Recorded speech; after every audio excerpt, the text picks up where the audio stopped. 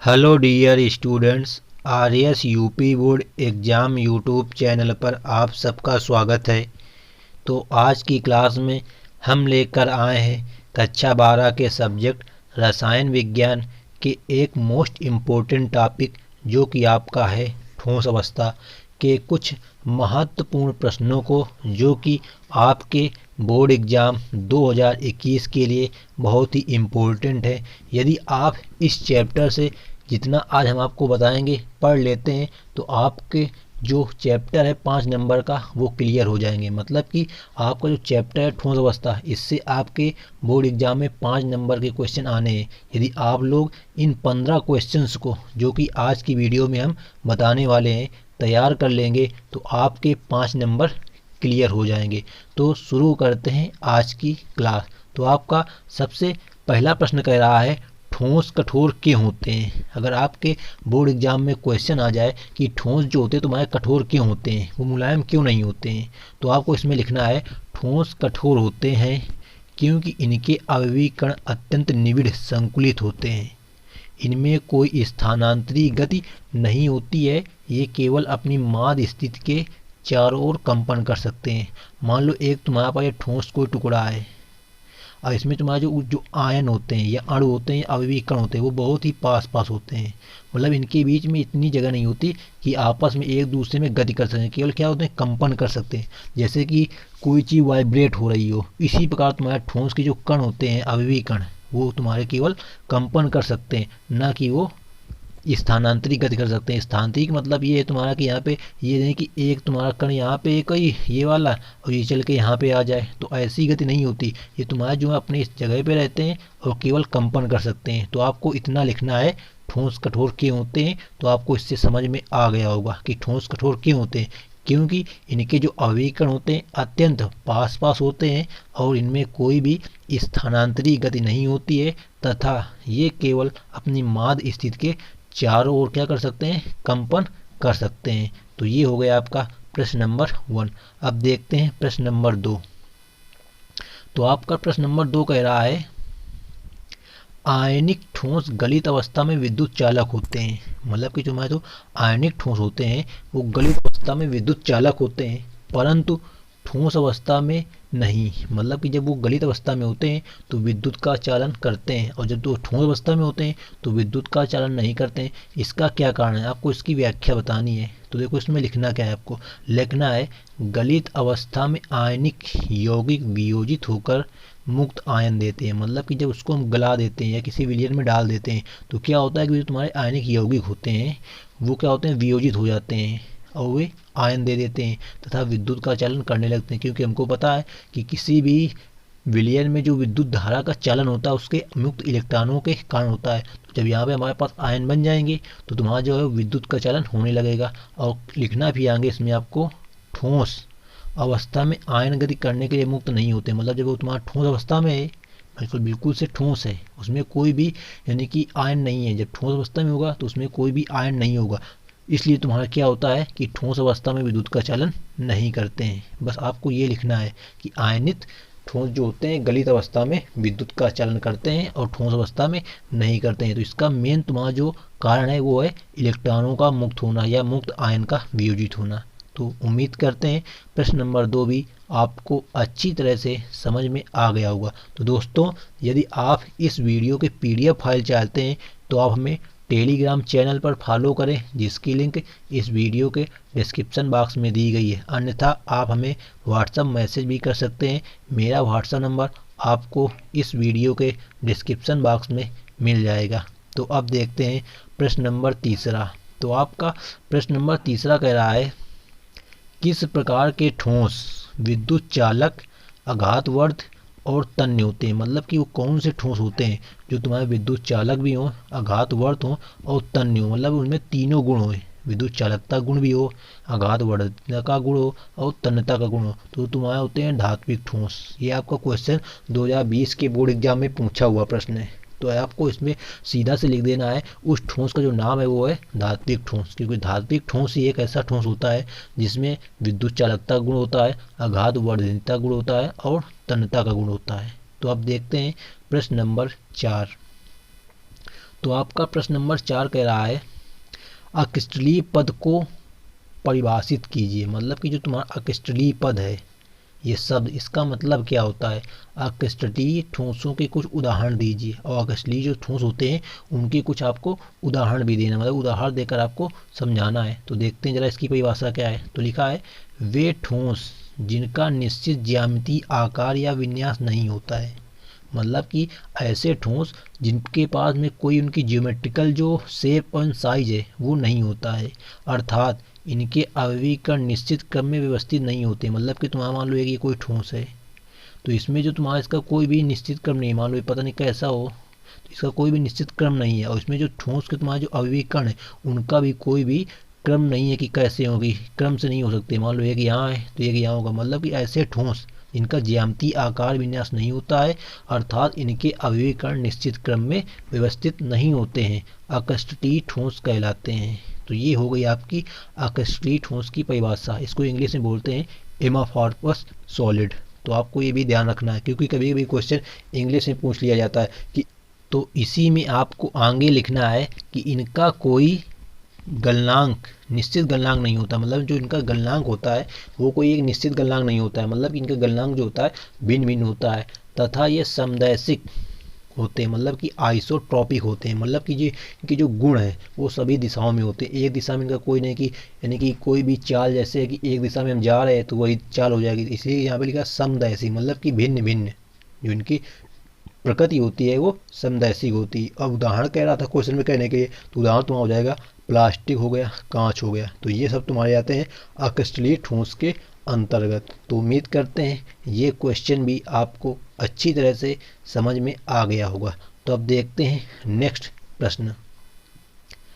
तो आपका नेक्स्ट प्रश्न है प्रश्न नंबर 5।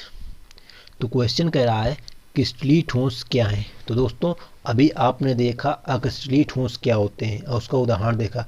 अब क्वेश्चन कह रहा है तुम्हारे पास कि क्रिस्टलीय ठोस क्या है। तो वे ठोस जिनमें घटक कणों की दीर्घपरास व्यवस्था होती है। मतलब कि ऐसे ठोस जिनमें तुम्हारे जो घटक कण होते हैं उनकी दीर्घपरास, दीर्घ मतलब होता है बहुत दूर दूर, और परास मतलब दूरी, व्यवस्था होती है, क्रिस्टलीय ठोस कहलाते हैं। तो ये बिल्कुल सिंपल सी परिभाषा है कि वे ठोस जिनमें घटक कणों की दीर्घपरास व्यवस्था होती है क्रिस्टलीय ठोस कहलाते हैं। अब हमको उदाहरण देना है, तो उदाहरण हो गया चांदी, तांबा, सोडियम क्लोराइड। अब यहाँ पे चांदी का तुम्हारा जो संकेत होता है वो होता है Ag, इसी प्रकार तांबा का तुम्हारा होता है Cu, और तुम्हारा जो यहाँ पे सोडियम क्लोराइड लिखा है उसका क्या होता है NaCl। तो ये सब आपको जो रासायनिक सूत्र होते हैं इनके बारे में जानकारी होनी चाहिए। तो अब देखते हैं प्रश्न नंबर 6।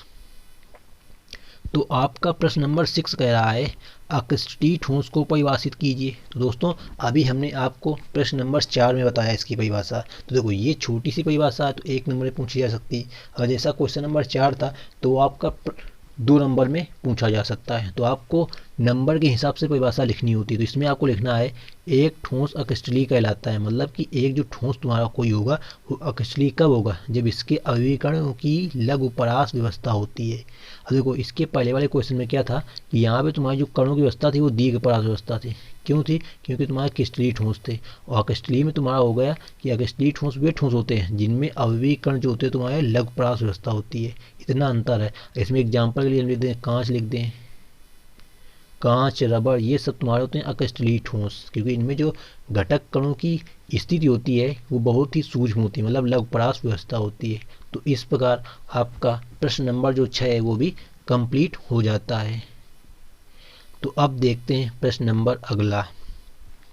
तो आपका अगला प्रश्न नंबर जो है प्रश्न नंबर 7, वो कह रहा है आणविक ठोस से आप क्या समझते हैं। ये भी आपकी बोर्ड एग्जाम 2019 में पूछी हुई डेफिनेशन है कि आणविक ठोस से आप क्या समझते हैं। तो लिखना है जिन ठोसों के क्रिस्टल जालक सरल विविक्त अणुओं से बने होते हैं। मतलब कि उनकी जो क्रिस्टल है उनमें जो तुम्हारे अणु हैं वो बिल्कुल सरल हैं, सरल विविक्त मतलब कि भिन्न भिन्न नहीं, एक समान अणुओं से बने होते हैं, आणविक ठोस कहलाते हैं। यहाँ विविक्त का मतलब है कि समान, सरल हों और समान अणु हों वे आणविक ठोस कहलाते हैं। एग्जाम्पल देगा आयोडीन। अब आयोडीन का सूत्र क्या होता है तुमको पता होना चाहिए, वो होता है I2। इसी बात सल्फर का तुम्हारा कितना होता है S8 होता है। सफ़ेद फास्फोरस का तुम्हारा P4 होता है। तो ये सब भी क्या है, इनमें समान अणु है। जैसे आयोडीन में 2 अणु है, सल्फर में 8 अणु है और तुम्हारा सफ़ेद फास्फोरस में 4 अणु है। तो ये होते तुम्हारे आणविक ठोस के, जिन ठोसों के क्रिस्टल जालक सरल विविक्त अणुओं से, ये मेन शब्द यहाँ पे है, जालक जो है तुम्हारा सरल विविक्त अणुओं से, मतलब विविक्त मतलब यहाँ पे तुम्हारा है समान अणुओं से बने होते हैं, आणविक ठोस कहलाते हैं। एग्जाम्पल आयोडीन, सल्फर, सफ़ेद फास्फोरस आदि हो गए, ये तुम्हारे हो जाते हैं आणविक ठोस के एग्जाम्पल। तो अब देखते हैं प्रश्न नंबर 8। तो आपका प्रश्न नंबर 8 कह रहा है आयनिक ठोस। अभी आपने पढ़ा आणविक ठोस, आपको पढ़ना है आयनिक ठोस की परिभाषा दीजिए। तो लिखना है इसमें आपको, जिन ठोसों के क्रिस्टल जालक धनायन और ऋणायन से बने होते हैं। अब यहाँ पे एक शब्द तुम्हारे 2 शब्द मेन है कि जब आयनिक ठोस की बात करेगा तो तुम्हारे क्रिस्टल जालक जो होते हैं वो कैसे होंगे, धनायन और ऋणायन से बने होते हैं, वो आयनिक ठोस कहलाते हैं। देखो डिफिनेशन बिल्कुल सिंपल है, बस आपको थोड़ा डिफिनेशन किस हिसाब से चलना, जैसा क्वेश्चन कर आयनिक ठोस, तो आयनिक मतलब होता है आयन होने चाहिए। तो उसमें आयन कौन कौन से होते हैं, धनायन होते हैं और ऋणायन होते हैं, इसलिए तुम्हारे ऐसे यौगिक जो होते हैं तुम्हारे वो आयनिक ठोस के अंतर्गत आ जाते हैं। एग्जाम्पल हो गया NaCl। अब तुमको एग्जाम्पल में NaCl लिखना है, यानी सोडियम क्लोराइड। तो यहाँ पे इसके आयन क्या क्या होते हैं, एक तो होता है Na+ और दूसरा इसका क्या होता है Cl-। तो देखो यहाँ पे एक हो गया तुम्हारा प्लस का, एक हो गया माइनस का, तो यही तुम्हारा क्या है आयनिक ठोस है। इसी बात धातु ऑक्साइड हो गया, धातु सल्फाइड हो गया, मतलब धातु को मतलब यहाँ पे कोई भी धातु हम ले सकते हैं। सोडियम क्लोराइड जैसे तुम्हारा हो गया, ये भी एक तुम्हारी धातु होती है सोडियम। तो ये हो गए तुम्हारे आयनिक ठोस के कुछ एग्जाम्पल। तो उम्मीद करते हैं आयनिक ठोस की परिभाषा यदि आपके बोर्ड एग्जाम में पूछी जाएगी तो आप उसे अच्छी तरह से समझा करके लिख सकते हैं। तो अब देखते हैं प्रश्न नंबर 9। तो आपका प्रश्न नंबर 9 है धात्विक ठोस।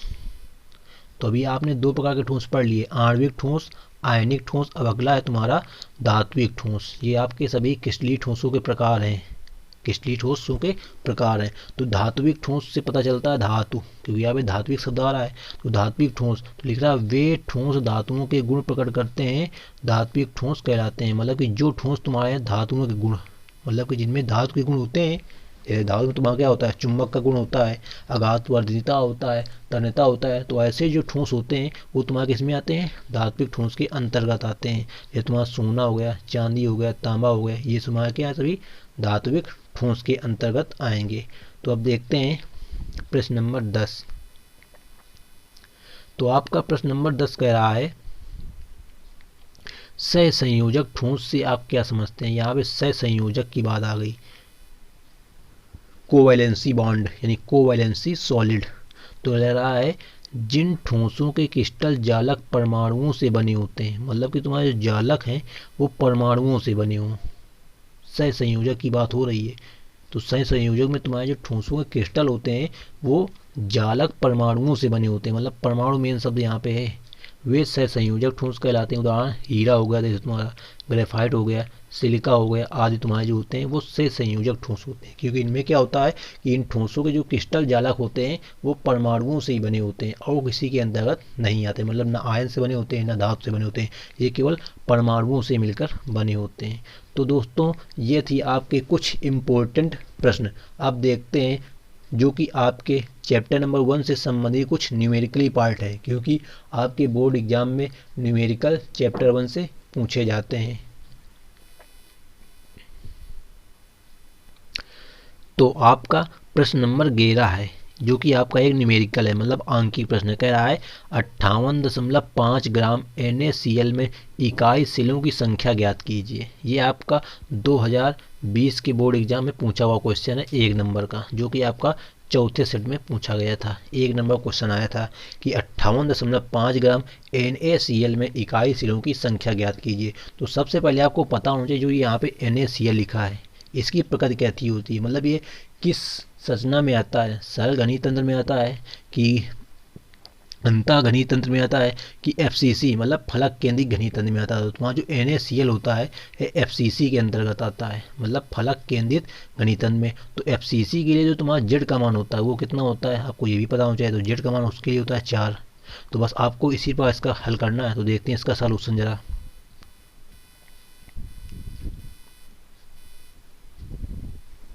तो आपको देखो इसमें करना क्या, लिखना है NaCl की मोलों की संख्या। तो हमको पता है मोलों की संख्या क्या होती है, स्मॉल n बराबर सूत्र होता है स्मॉल w अपान स्मॉल m। स्मॉल w होती है मात्रा, तो यहाँ पे कितनी मात्रा है 58.5 ग्राम बटे स्मॉल m। अब स्मॉल m क्या होता है अणुभार। अणुभार कैसे निकाला जाएगा, तो NaCl, तो Na का परमाणु क्रमांक कितना होता है 23 प्लस Cl का होगा तुम्हारा कितना 35.5। इन दोनों को जोड़ेंगे तो 23 और 35 55 58.5 हो जाएगा। तो स्मॉल w तुम्हारा 58.5 है बटे स्मॉल m का मान भी 58.5। तो तुम्हारा जो आएगा वो 1 आ जाएगा, मतलब कि NaCl के जो मोलों की संख्या आएगी वो तुम्हारी आ जाएगी 1। यहाँ पे थोड़ा डायरेक्ट हल किया गया है, बट आपको ये लिख के वहाँ पर दिखाना है कि NaCl का अणुभार m बराबर 23 प्लस 55.5 बराबर 58.5। उसके बाद में आपको ये सूत्र लगाना है मोलों की संख्या स्मॉल n बराबर स्मॉल w अपान स्मॉल m। उसमें फिर आपको मान रखना है जब आएगा NaCl के मोलों की संख्या बराबर 1। इसके बाद में आपको लिखना है कि NaCl की एफसीसी व्यवस्था होती है, मतलब फलक केंद्रित घनीय तंत्र।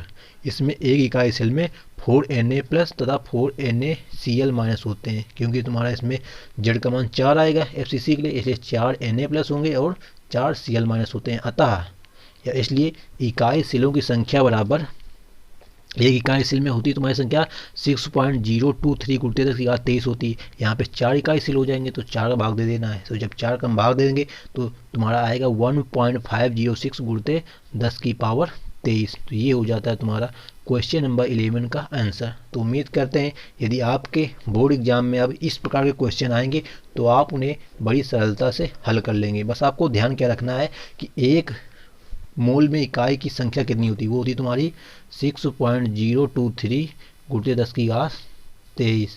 उसमें भाग किसका देना है, वो जिस प्रकार का होगा एफसीसी के लिए तो जेड का 4 का भाग देना है। अगर तुम्हारा होता उसके बीसीसी का होता तो 2 का भाग दिया जाता, अगर एससी का होता तो 1 का भाग दिया जाता। बस आपको ये सब ध्यान रखना है। तो अब देखते हैं प्रश्न नंबर 12। तो आपका प्रश्न नंबर 12 है, क्वेश्चन है, कह रहा है चांदी का क्रिस्टलीकरण एफसीसी जालक में होता है। अब यहाँ पे क्वेश्चन में बता दिया पहले जो चांदी तुम्हारी उसका जो क्रिस्टलीकरण होता है वो एफसीसी जालक में होता है यदि इसकी कोष्टिका के कोरों की लंबाई 4.07 गुणित 10 की घात -8 सेंटीमीटर तथा घनत्व 10.5 ग्राम सेंटीमीटर की पावर -3 मतलब ग्राम पर सेंटीमीटर क्यूब हो। तो चांदी का परमाणु द्रव्यमान, मतलब कि तुमको चांदी का परमाणु द्रव्यमान m का मान ज्ञात करना है। तो सबसे पहले आपको इससे संबंधित सूत्र याद होना चाहिए जो कि आपका होता है घनत्व। घनत्व को रो से भी दिखाते हैं और डी से भी दिखाते हैं। तो मान लो हमने रो दिखाया तो घनत्व सूत्र होता है रो बराबर जेड गुणित m बटे ए क्यूब गुणित Na। अब यहाँ पे जेड क्या होता है, जेड होता है तुम्हारा वो जो तुम्हारा है तत्व वो किस में जालक है, एफसीसी जालक है तो जेड का मान 4 होगा। एम तुम्हारा होगा परमाणु द्रव्यमान, ए क्यूब हो गया जो भुजा होगी मतलब कोर की लंबाई उसका क्यूब गुणित Na का मान हमने आपको बताया भी कि 6.023 गुणित 10 की घात 23। तो देखो जरा इसका सॉल्यूशन किस प्रकार किया जाएगा। देखो सबसे पहले यहाँ पे आपको लिख लेना है कि एफसीसी जालक के लिए जेड बराबर 4, इकाई सेल के कोर की लंबाई ए बराबर 4.077 गुणित 10 की घात -8 सेंटीमीटर। यही तो आपको ए का मान यहाँ दिया था। इसके बाद में हमको घनत्व रो बराबर दिया 10.5 ग्राम पर सेंटीमीटर क्यूब। उसके बाद आपको ये सूत्र लगाना है। तो आपको हमने बताया अभी सूत्र आपका क्या होता है कि रो बराबर जेड गुणित एम बटे Na गुणित ए क्यूब या ए क्यूब गुणित Na। हमको यहाँ m का मान निकालना है। तो जो तुम्हारा बटे है वो उधर चला जाएगा रो के साथ में गुणा में और जेड आ जाएगा भाग में। तो रो गुणित Na गुणित ए क्यूब बटे जेड। तो यहाँ का मान रखे गए हैं, इस सूत्र में सभी मान रख दिए गए हैं। रो का मान तुम्हारा 10.5 ग्राम पर सेंटीमीटर क्यूब गुणित Na का मान हमने बताया 6.023 या 6.02 गुणित 10 की घात 23 प्रति मोल गुणित ए क्यूब मतलब 4.077 गुणित 10 की घात -8 का होल क्यूब सेंटीमीटर। तो जब इसको आप सॉल्व करोगे मतलब कि ऊपर इसका होल क्यूब करोगे फिर गुणा कराओगे और 4 का भाग दोगे तो तुम्हारा आंसर निकल के आएगा वो आएगा 1 तो 7.14 ग्राम प्रति मोल। तो ये होता है तुम्हारा चांदी का परमाणु द्रव्यमान। तो इस प्रकार आपका प्रश्न नंबर 12 सॉल्व हो जाता है। तो उम्मीद करते हैं इस सूत्र से संबंधित यदि आपके बोर्ड एग्जाम में प्रश्न आए तो आपको ये सूत्र जरूर याद रखना है कि घनत्व रो बराबर जेड गुणित एम बटे एन ए गुणित ए क्यू। देखो यहाँ पे क्वेश्चन में तुम्हारे पे एक चीज़ और ध्यान रखना है, अगर कहेगा एस सी सी तो एस सी सी के लिए तुम्हारा जेड का मान 1 लेना है। अगर तुमसे क्वेश्चन में कहते बी सी सी तो बी सी सी के लिए तुम्हारा जेड का मान जो होता है वो 2 होता है। यहाँ पे एफ सी सी कहा था तो एफ सी सी के लिए जेड का मान कितना 4 लिया गया है। तो बस ये ध्यान रखना है जेड के लिए। तो ये तुम्हारे कुछ मान होते हैं जो कि आपको अपनी नोटबुक में अवश्य लिखना है। तो अब देखते हैं अगला प्रश्न। तो इसी प्रकार आपका अगला प्रश्न है प्रश्न नंबर 13। कह रहा है कांपर एफसीसी जालक के रूप में क्रिस्टलीकृत होता है। मतलब जो कांपर है आपका वो एफसीसी जालक में क्रिस्टलीकृत होता है जिसके कोर की लंबाई 3.61 गुणित 10⁻⁻8 सेंटीमीटर है। यह दर्शाइए कि गणना किए गए घनत्व के मान तथा मापे गए घनत्व में, मतलब कि देखो यहाँ पे गणना हमको एक घनत्व का मान निकालना भी है और एक तुमको घनत्व यहाँ दिया है। तो कह रहा है इसमें समानता है कि नहीं, मतलब कि हमको यहाँ पे घनत्व का मान निकालना है तो वो मान अगर इसके बराबर आएगा तो समानता है, अगर बराबर नहीं आएगा तो समानता नहीं है। तो देखो जरा इसको किस प्रकार करना है। तो सबसे पहले आपको मान लिख लेना है। यहाँ पे क्या क्या लिखना है, एफ के लिए जेड का मान 4 हो गया, लंबाई ए का मान 3.61 गुणित 10⁻⁸ सेंटीमीटर, घनत्व रो का मान ज्ञात करना है। तो सबसे पहले हमको यहाँ पे कॉपर का परमाणु द्रव्यमान पता होना चाहिए जो कि होता है Cu। तो Cu का परमाणु द्रव्यमान तुम्हारा कितना होता है, इसका परमाणु क्रमांक होता है 29 Cu होता है तुम्हारा 63.5, मतलब इसका परमाणु द्रव्यमान होता है 63.5। तो ये बन जाएगा m का मान।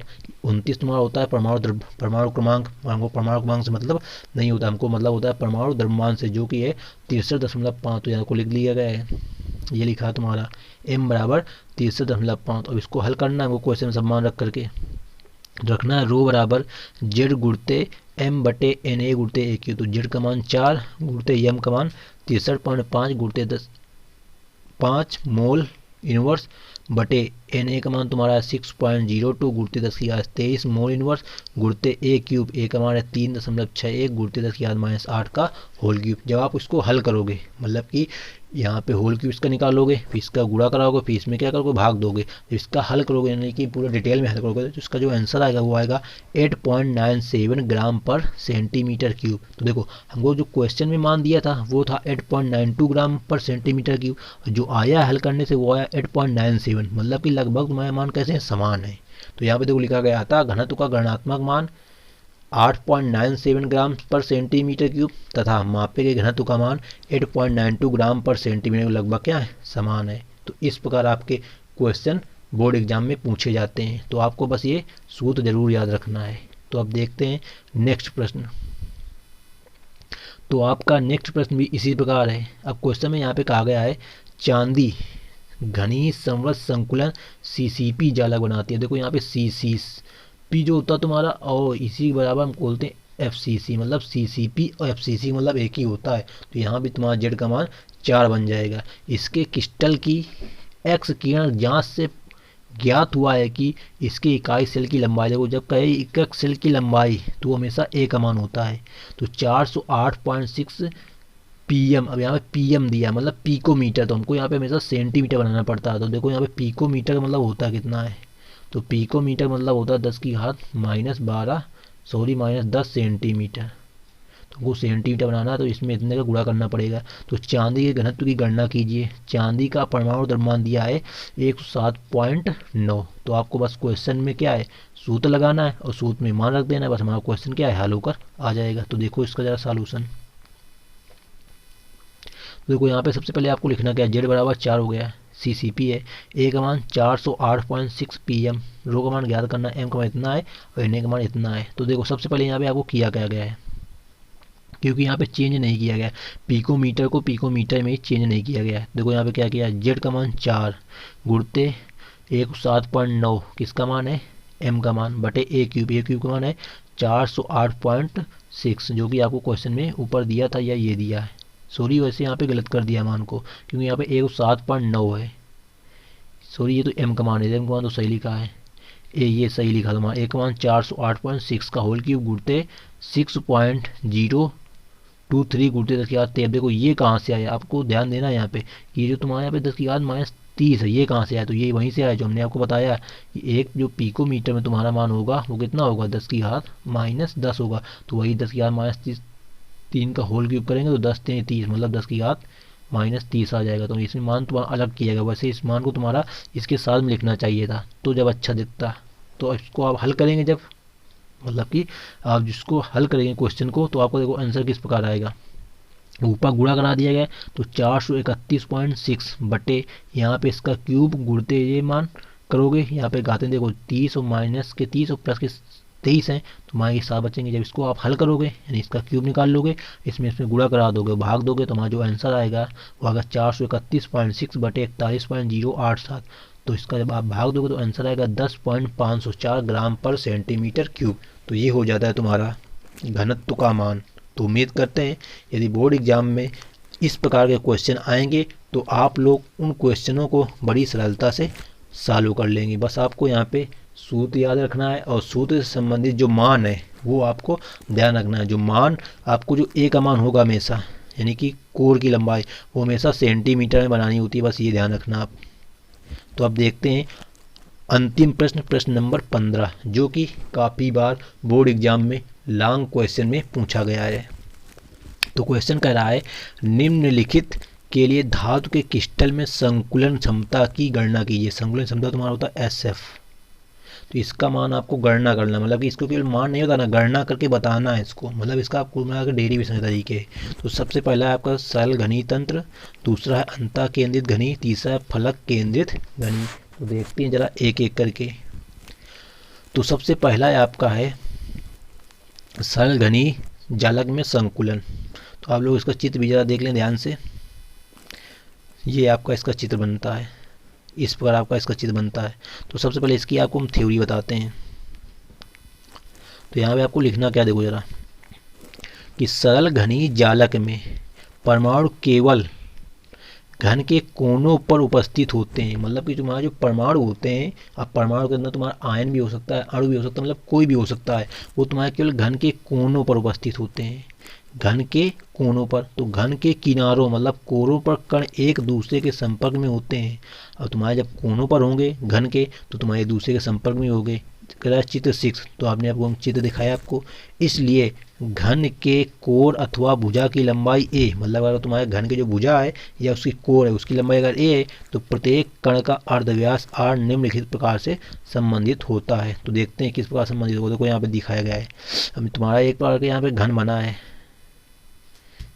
ये एक प्रकार घन है। तो यहाँ पे तुम्हारा कोनों पर, मतलब एक कोना ये, एक कोना ये तुम्हारा। तो यहाँ पे देखो जरा, ये भुजा तुम्हारी a बनेगी, भुजा का मान a है।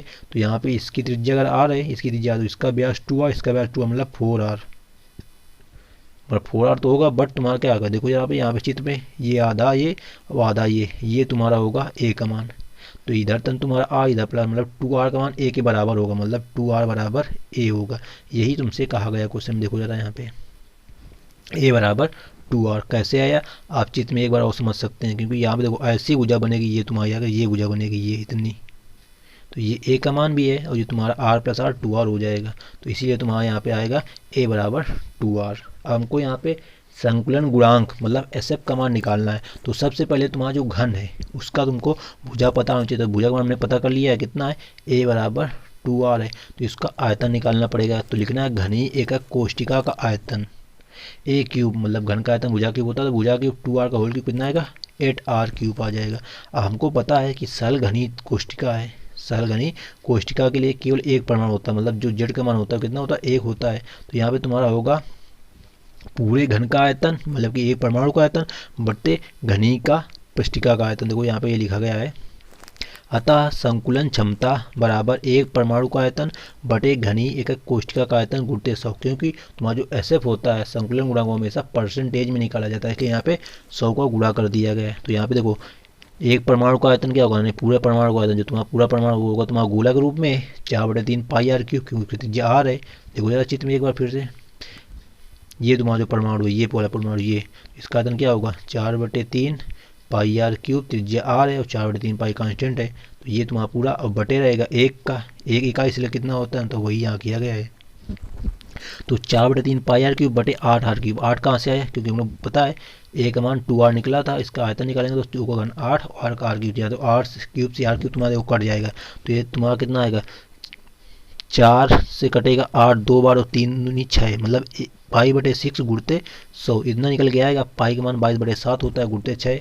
जब इसको हम हल करेंगे तो हमारा जो मान आएगा वो आएगा 52.38%, मतलब कि सरल घनी एकक कोष्ठिका के लिए तुम्हारा जो SF का मान होता है वो तुम्हारा कितना होता है, 52.38%। ये आपको क्वेश्चन बहुकल्पी में डायरेक्ट पूछा जाता है कि निम्नलिखित में कौन सा सरल घनी एकक कोष्ठिका का संकुलन गुणांक का मान है, तो उसमें जो ऑप्शन होगा 52.4 या 52.38 वो ऑप्शन आपका सही होगा। तो अब देखते हैं इसी प्रकार दूसरा अंतः केंद्रित घनी जालक, मतलब कि ये BCC की बात यहाँ पे हो रही तुम्हारे पास।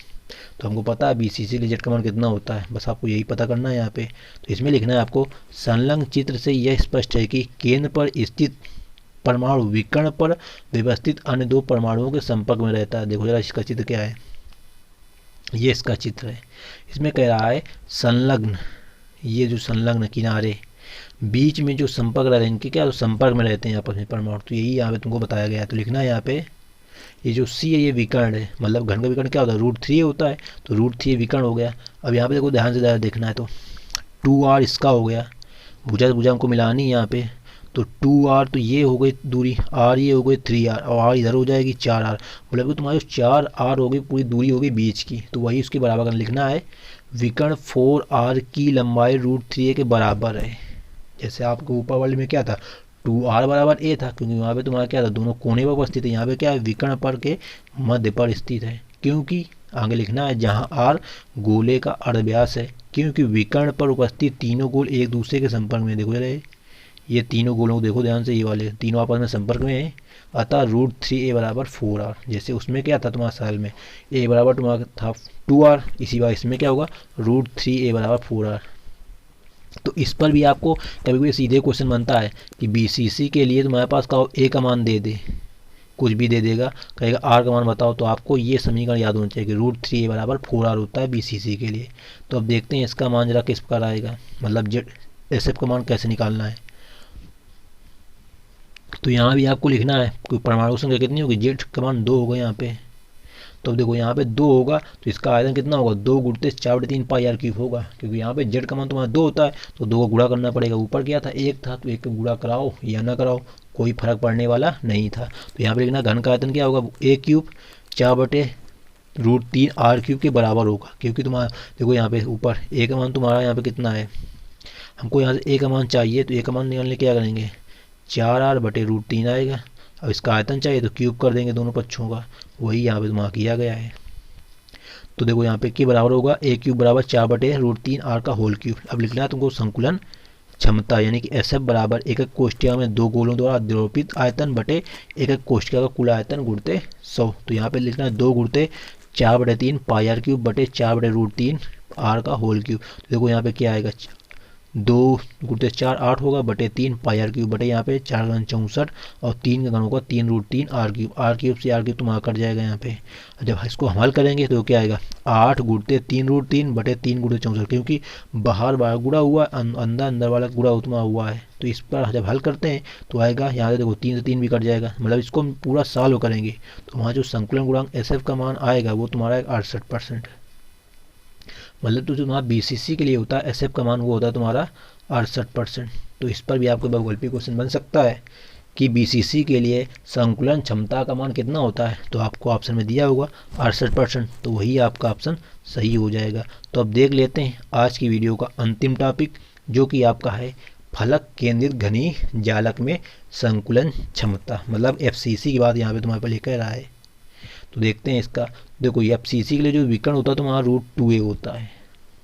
क्यों होता है आगे जरा चित्र में आपको समझाते हैं। लिखा है यदि गोले का अर्धव्यास r हो तो 4r बराबर √2a या a बराबर 4r/√2, क्योंकि यहाँ पे हम a का मान निकालेंगे तो 4r/√2 बटे में चला जाएगा। तो ये आपको संबंध यहाँ पे याद रखना है कि FCC के लिए तुम्हारा जो होता है 4r बराबर √2a होता है, ये संबंध होता है FCC के लिए। अब इसका चित्र देखते हैं जरा, ये देखो इसका चित्र। अब FCC कंडीशन क्या थी कि यहाँ पे फलक की बात होती है, हमेशा फलक की बात होगी यहाँ पे कि तुम्हारे जो परमाणु होते हैं वो फलक पर भी स्थित होते हैं। तो यहाँ पे हम लिख सकते हैं, मतलब यहाँ जैसे लिखा नहीं गया ऊपर, यहाँ हम लिख सकते थे कि फलक केंद्रित घनी जालक में जो तुम्हारे परमाणु होते हैं वो जालक कहाँ पे, फलक, मतलब कि फलकों पर उपस्थित होते हैं। जैसा कुछ चीज़ में दिख रहा है, देखो ये फलक बनी गई है, ये तुम्हारी दरवाज़ा जो तुम्हारी बनाई गई है, ये मानिए तुम्हारी क्या फलक है, ये वाली ऐसे जो बनी है ये साइड वाली, तो ये तुम्हारी फलक है यहाँ पे। तो फलक पर उपस्थित है, देखो यहाँ भी तुम्हारा देखो जरा ध्यान से, तो इसका तुम्हारा व्यास होगा 2r, इसका r और इसका r, तो कितना हो जाएगा तुम्हारा टोटल 4r हो जाएगा। और विकर्ण की बात हो गई, विकर्ण तुम्हारा कितना होता है, √2a होता है, क्योंकि ये वर्ग की बात कहेगा यहाँ पे, तो 2a हो जाएगा इसका विकर्ण, तो 4r बराबर √2a हो जाएगा, इसलिए यहाँ पे तुम्हारा ऐसा बताया गया है। अब ये तुम्हारा FCC की बात कर रहा है, तो इस प्रकार के परमाणु कितनी संख्या होती है, 4 होती है, मतलब जेड का मान 4 होता है। तो यहाँ पे ऊपर क्या होगा, 4 गोलों का आयतन बटे एकक कोष्ठिका का आयतन, तो 4 गुणित 4/3 पाई r क्यूब बटे, अब इससे हमको मान निकालना a का मान, तो मान कहाँ निकल के आ गया 2√2r का होल क्यूब। ये कहाँ से पैदा हुआ आया, तो देखो ऊपर आपने निकाला मान, ये यहाँ पे निकाला तुमने 4r बटे √2, तो ये √2r ये कट जाएगा, मतलब इसकी जगह तुम आएगा 2√2r, क्योंकि 4 को हम लिख सकते हैं 2 गुणित 2 और 1 2 को हम लिख सकते हैं 2 बार रूट में, मतलब कि एक रूट को 2 बार, तो एक रूट से रूट तुम्हारे कैंसिल, 2√2 इंटू r आ जाएगा। तो यहाँ से तुम्हारा मान निकाला गया यहाँ पे। तो जब मान रखाएंगे यानी इसको अमल करेंगे, तो 4 चौको 16/3 और यहाँ पे आएगा 2 का घन 8 दूनी 16 √2 r क्यूब से r क्यूब तुम्हारे यहाँ पे भी कैंसिल, तो यहाँ 16 गुणते 22 कहाँ से आया, पाई का मान रखा गया है, बटे 7 सब मान रखेंगे तो आएगा 2200 बटे 1 √2। जब इसको हम हल करेंगे तो वहाँ जो मान निकल के आएगा वो आएगा 74%। तो तुम्हारा जो FCC के लिए SF का मान होता है वो होता है 74%।